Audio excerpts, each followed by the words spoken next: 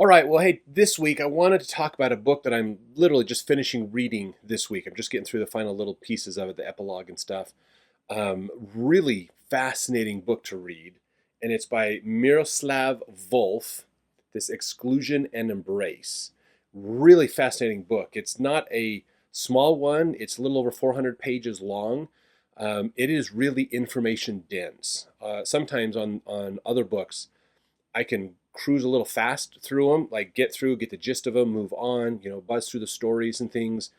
This book is really information dense, so I had to go a little slower through it. So it's taken me like 3 weeks to get through this book.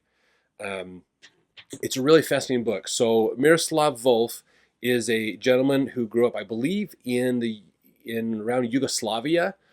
So he was there. He was alive for the civil wars, for the disputes with Croatia and other countries there in those that area was kind of called the Balkan area. So lots of different countries over there that broke off from Russia at some point or separated out.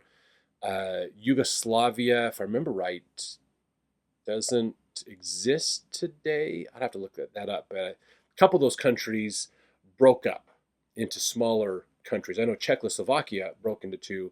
I think Yugoslavia is named something different today, and some of the borders are different today than it was back in the 80s and 90s. So, anyways, he went through a lot of conflict, dealing with ethnic conflicts, ethnic cleansing that were happening, governments that were making decisions and changes and things. And so his book is a really good one about how to deal with these conflicts. So if you're interested in learning about conflict, how to do conflict mediation, other things like that, his is a great book. Really, really great book to read. In his book, he talks a lot about justice and mercy and how the dynamics of justice and mercy and things from a Christian standpoint. So a lot of fun. If you want to dive deeper in those topics, his perspectives are pretty interesting to get into and look at. Kind of a fresh new view of those ideas. He One of the things that's so cool about his book is he gets into this concept of when you are in conflict with other people, you see the other people as other. That's the label that he gives it, is other. So there's we, meaning you and I are the same. Then there's other, meaning you and I are different. When we have conflict with someone, we usually see them as different than us. And if we see them as different than us, it is easier to justify why we don't like them if we can prove that they are different.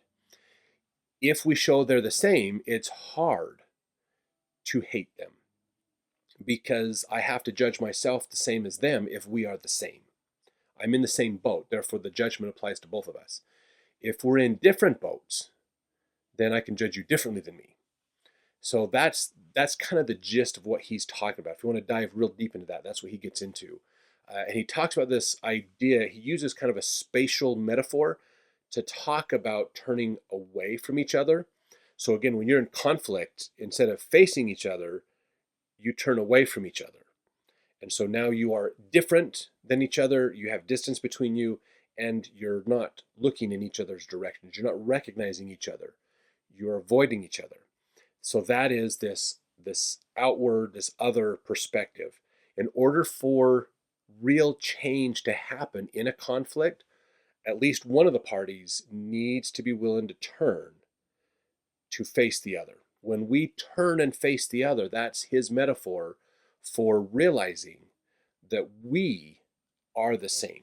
So we move from an other standpoint to a we standpoint, meaning we're in the same boat. We are the same. And so I need to understand your perspective. I don't need to agree with your perspective, but I understand where you're coming from and why you have the perspective you do, and give some validation that they can have their own perspective. Again, it doesn't mean you agree with them. You can still have your own perspective, but you understand why they believe what they believe. And you can realize those acknowledgments that, so this is when you start to see my perspective and your perspective on an equal playing field. Okay, as all other things equal, here's what I believe, here's what you believe. we can understand each other. We don't agree, we don't have to agree, but we can understand each other. So that's that turning basically to face them. And then when you do the other metaphor gets into is an open arms stance. You open your arms and wait for them, and that shows them you want to heal, you want to improve, you want to build a better relationship, you want to get rid of the conflict. It puts you in a vulnerable state because if they take advantage of your open arms, you're not as easy to defend.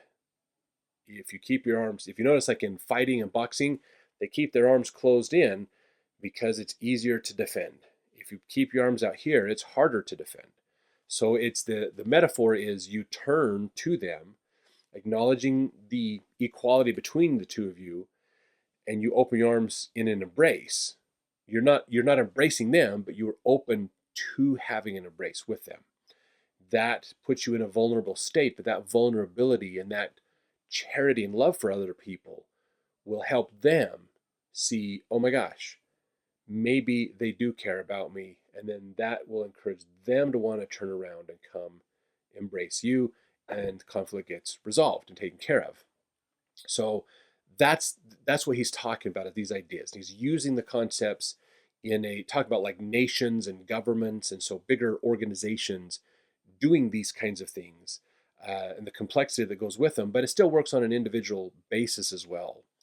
That we need to think more about, instead of seeing, if you have a conflict with somebody, instead of seeing them as different than you, how can I see them as the same as me, just with a different perspective than I do? And that helps you to start to understand and realize they have some valid points. Maybe they have, even if I don't agree with where they're coming from, they do have the right to have a different opinion. But we're really not that far apart on what we're talking about here. We're just kind of splitting hairs. So when you can start to connect with the person, see them as a human, see them as the same as you, then it becomes much harder to hate and much easier to show love. And that's what he's getting here, this idea of exclusion, so kicking people out, turning to be other, and embrace, seeing them as we, and connecting with them.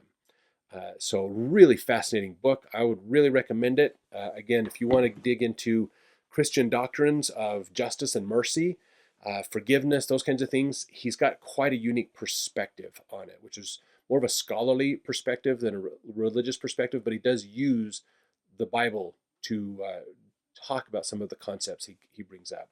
So he has a Christian perspective, but it's very Christian justified perspective, maybe the way to say it, but very scholarly concepts and quotations and citations that he has.